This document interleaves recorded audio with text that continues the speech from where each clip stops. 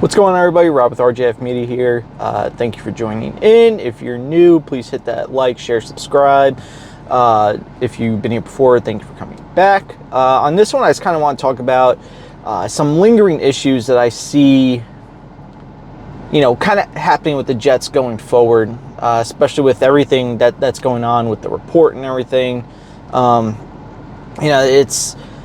We see, the Jets are kind of bringing in some new offensive personnel to kind of do like a collaborative kind of thing on the offense with Nate Hackett. I guess it's kind of a nice way to saying he's getting kind of pushed back a little bit from having all the responsibility of offensive play calling duties or scheming or whatever. I've been seeing some names floated around there, but one name in particular that I saw was Cliff Kingsbury. He just kind of took himself out of the race for the Vegas job, I believe it was. And, it got me thinking about some of the issues going forward that I foresee continuing with the Jets. And one of that is bringing in competent personnel.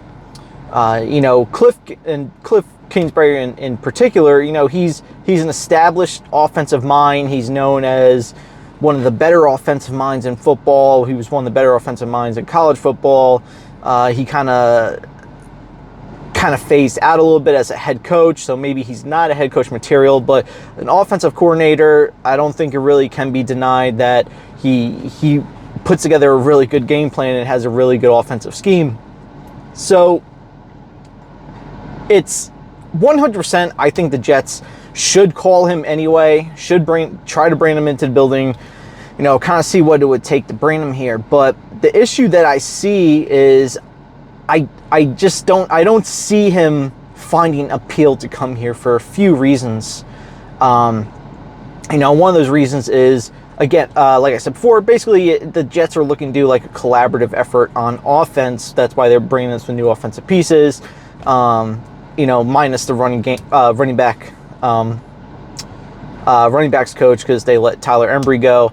But I don't see how somebody as established as Cliff Kingsbury, he's been a head coach.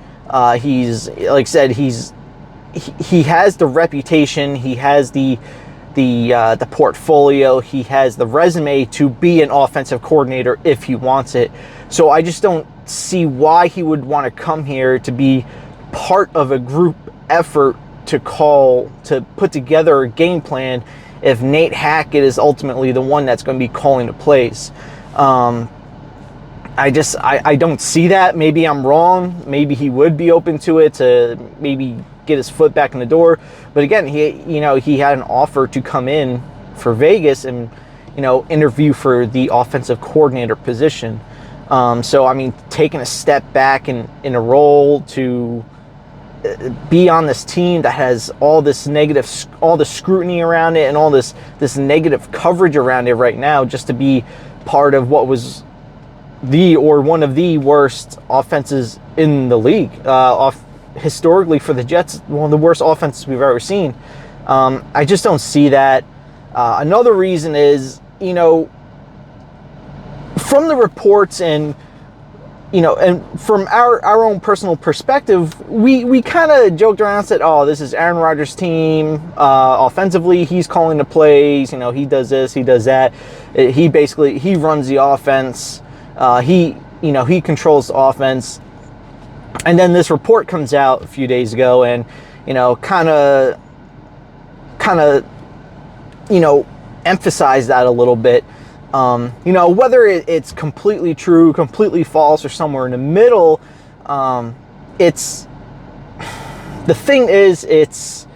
tricky, right? Because if it's Aaron Rodgers' offense, if he's the one that's running the offense, scheming up the offense, doing everything with the offense, then what's the point of Cliff Kingsbury coming here? What's the point of him coming here, even if he got the offensive coordinator position, if Aaron Rodgers is going to have all the say in the offense? It makes no sense, because then you can't implement what you want to do. Aaron Rodgers is going to call his own plays anyway. So to me, that's another reason why it doesn't really make sense. you know, and again, I think this is the bigger issue at hand with these reports coming out. Because like I said, I mean, me personally, I find the reports more accurate than not, just because we saw it with our own eyes throughout the season. Everything that was said in the report, mostly everything, we were able to see it. The offense couldn't adjust. So look, we were saying the whole season, you know, after Rodgers went down, they just gave up. They didn't care anymore. Meaning the organization. It's why they didn't bring in any competent quarterback or anything. So there's just so many factors to it. I would honestly, I'd be excited, but I would be a little puzzled to why Cliff Kingsbury, if he did come here, why he would come here, unless they said like, look, if it starts going sideways again this year, you know, we start off, 2-5, whatever, the offense is yours. You're running the offense because we're going to clean house or whatever anyway. Then, I don't know, maybe he would come here. But there's just too much going on with this team. And when you have this collaborative effort on the offensive side of the ball, there's no real structure because there's so many people, so many chefs putting hands into the cookie jar to have a say in what's going on instead of just having one definitive offensive game plan. Yeah, so I don't know. I don't see it. And again, this is the issue with everything that's going on with this team. Collapsed 2 years in a row, all the negative reporting on it, all the scrutiny on it, the report that came out, players coming out throughout the season, Garrett Wilson, Breece Hall, Alan Lazard saying that the offense basically, it doesn't work. And just everything else going on, just the scrutiny on these coaches from within the organization, it's going to be hard to bring in competent, respected personnel, because why would they want to be part of that? Especially if, depending on how the season goes, everyone could be out of a job next year at the end of the season anyway. So why have that unsurety? And it goes for players too. It sucks this report and everything came out now right before free agency, because now what's your pitch if you're the New York Jets? What's your pitch to players that you want to bring in? What's your pitch to a T. Higgins, a Michael Onwenu, Mike Evans? What is your pitch to say this is why you should come to the Jets, when you keep the same staff? Coaches, players alike have come out against this staff, saying it doesn't work and everything else. You have this report come out. So what faith do you have? What is the sticking point? What do you say to these players? Say, yeah, you should definitely come here.